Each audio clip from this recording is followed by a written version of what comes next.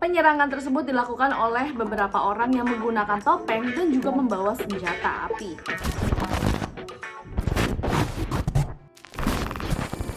Hai guys, ngapain? Udah mandi belum?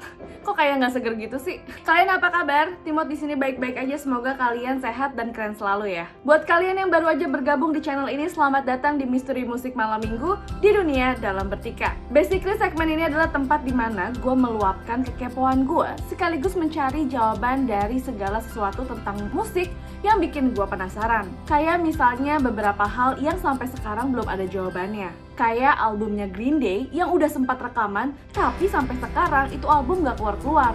Dan juga tentang kisahnya Bob Marley yang kabarnya sempat hampir meninggal sebelum dia melakukan konser perdamaian. Bahkan sampai maksud dari video klipnya Radiohead yang sampai sekarang tuh orang-orang gak tahu maksud dari video klip tersebut apa. Mungkin dari kalian udah ada yang sempat denger ya kabar-kabar itu, jadi bakalan gue bahas di episode kali ini. Ya gimana ya, sebenarnya kasus-kasus ini adalah kasus yang terkenal di dunia musik tanpa ada jawabannya. Dan gue juga gak janji akan memberikan jawaban. Apa sih gue? Ya tapi kan siapa tahu kalian tahu jawabannya, terus kalian kasih tahu gue deh di komen. Oke deh, sebelum kita masuk ke dalam pembahasan kita pada episode kali ini, gue minta sedekah digital kalian dulu ya untuk subscribe, like, dan juga komen. Oh iya, jangan lupa nyalain notifikasinya biar kalian tahu minggu depan gue ngebawain apa. Kuilah kita ngebahas apa aja sih yang ada di otak gue ketika kita ngebahas tentang misteri terselubung yang ada di dunia musik.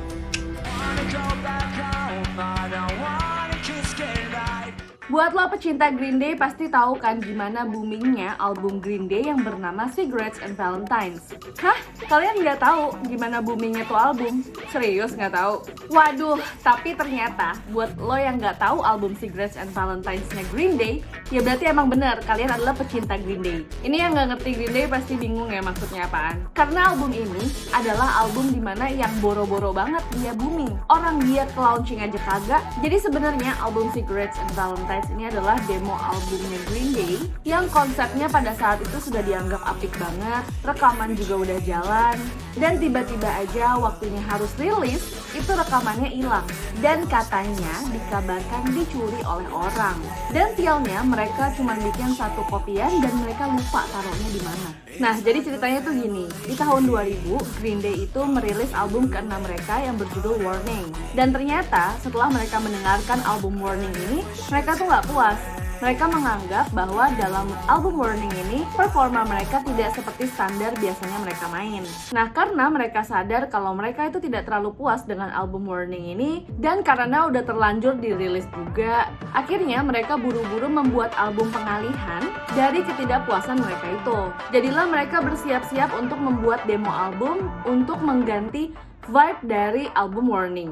Nah, demo album inilah yang tadinya bakalan dikasih nama Cigarettes and Valentines. Tapi ternyata dengan konsep album ini yang dianggap lebih matang dari album Warning, dan rekaman juga sudah dilakukan, dan kasarnya tinggal dirilis aja, pas dicari CD recordingnya hilang entah kemana, dan mereka berasumsi bahwa CD itu diambil oleh orang karena studio banyak banget yang lalu lalang dan banyak orang yang mereka tidak kenal. Nah, beruntungnya ternyata diam-diam produsernya pada saat itu sempat merekam dari hasil rekaman mereka. Ternyata para personel Green Day ini juga tidak merasa puas dengan hasil dari Cigarettes and Valentines. Ya kasarnya, album Cigarettes and Valentines itu tidak memenuhi standar mereka biasa main gitu. Tapi karena beberapa media sudah tahu mereka membuat demo album, jadilah si Green Day ini lagi-lagi buru-buru membuat album lainnya yang diberi nama American Idiot. Dan ternyata American Idiot adalah album tersuksesnya si Green Day. Dan akhirnya dari sinilah para personel Green Day menganggap bahwa pencurian yang dilakukan oleh seseorang yang kita tidak tahu siapa terhadap CD dari Cigarettes and Valentines ini adalah sebuah berkah. Nah, tapi anehnya saat diwawancarai oleh salah satu stasiun televisi di tahun 2016, frontman atau pentolan band dari Green Day sekaligus vokalis band tersebut, Joe Armstrong, dan basisnya Mike Dirnt menjawab demo album mereka yang tadinya bakalan dikasih nama Cigarettes and Valentines itu ketemu. Nah, pas ditanya ketemunya gimana, yang nyuri siapa, mereka berdua sama sekali tutup mulut dan bahkan ngebahas yang lain. Nah, kalau dari sini gue curiga kalau sebenarnya mereka itu cuman salah naruh aja, atau enggak mereka lupa naruh di mana dan akhirnya ketemu gitu. Kan kayak kita tuh suka nggak sadar kan naruh barang di saat ngelakuin kegiatan lain, ntar pas inget kayak, lah barang gue yang tadi kemana ya? Nanti ketemu lagi pas kita udah kagak inget tuh, udah punya gantinya biasanya gitu kan, udah beli lagi. Nggak tahu sih kalau gue kayak gitu, kalau kalian gimana? Nah, kalau tadi kita udah berbicara tentang band yang ada di Amerika Serikat, kita cus pindah dulu yuk ke Jamaika.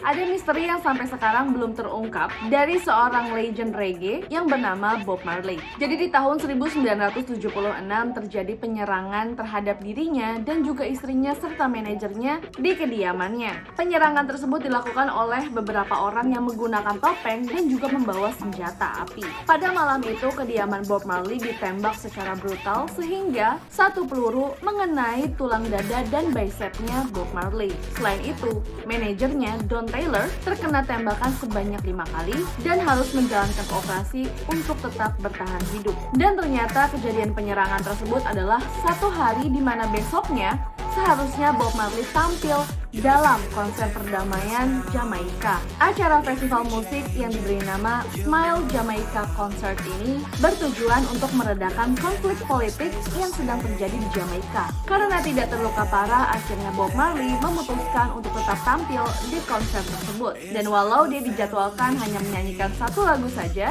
tapi ternyata ia tampil dalam waktu 90 menit. Ya kali, udah ada Bob Marley yang hampir meninggal kemarin dan tetap maksain dia tampil cuma nyanyi satu lagu. Hello. Tapi akhirnya demi keselamatan dirinya dan juga istrinya, keesokan harinya setelah ia tampil di Smile Jamaica Concert itu, Bob Marley pindah ke Inggris dan meneruskan karir musiknya. Di Inggris, Marley menuliskan lagu yang berjudul Exodus yang menceritakan kisah Nabi Musa dan juga orang Israel yang meninggalkan pengasingan. Dan di lagu itu, kisah tersebut diceritakan secara analogi dengan kasus lain. Lagu itu akhirnya dirilis pada tahun 1977 dan berhasil mencapai top list Billboard musik Inggris dan albumnya merajai tangga lagu selama lebih dari setahun. Dan hingga hari ini album tersebut dianggap album terbaik sepanjang masa dari Bob Marley. Tapi pertanyaan besar yang sampai sekarang belum ada jawabannya adalah siapa dan apa motif dari penyerangan kepada Bob Marley dan dilakukan di kediamannya.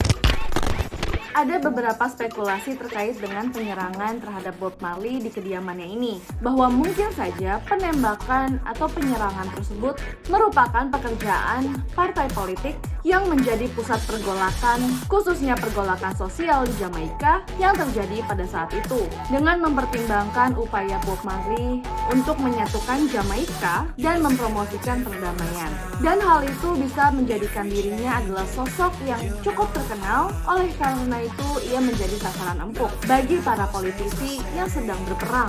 Karena memang somehow peperangan itu memang dibuat ya oleh beberapa oknum untuk mendapatkan keuntungan bagi beberapa pihak yang biasanya bahkan yang berantem itu sebenarnya adalah berteman di belakang itu. Oke, jadi spekulasi yang lain adalah di mana Marley ini ternyata dipandang sebagai salah satu pendukung Partai Nasional Rakyat. Yang dimana ini yang menurut gue paling make sense karena Bob Marley itu pengikutnya kan banyak ya. Jadi bisa aja Bob Marley ini dianggap bisa mempengaruhi orang-orang atau bisa dibilang dia berpengaruh besar sehingga tidak tanggung-tanggung ancaman yang didapati oleh Bob Marley adalah sebuah pembunuhan. Untungnya Bob Marley selamat dari itu. Nah, dari tahun 1970-an kita langsung melesat ke tahun 1995 di mana Radiohead pada saat itu merilis album yang menurut gue paling fenomenal yang bernama The Bands.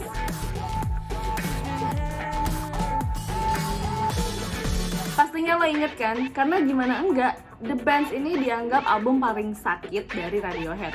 Karena lagu-lagu dari album tersebut beberapa yang terkenal itu adalah lagu-lagu yang maknanya tuh dalam banget. Bahkan musiknya tuh juga terkesan kayak ngebawa orang untuk bener-bener into the songs gitu. Kayak masuk banget ke dalam musik-musiknya. Pastinya kalian tahu ya lagu-lagu yang hits dari album tersebut itu ada beberapa diantaranya adalah Fake Plastic Trees, My Iron Lung, Street Spirit atau Fade Out, dan yang paling fenomenal adalah video klip mereka yang berjudul Just. Dimana video itu kalau diperhatiin terus-terusan bisa bikin depresi orang-orang ya, maksudnya frustasi gitu. Ini maksudnya apa gitu. Jadi buat kalian yang belum nonton video klip Just itu nanti bisa kalian lihat setelah nonton video gue ini.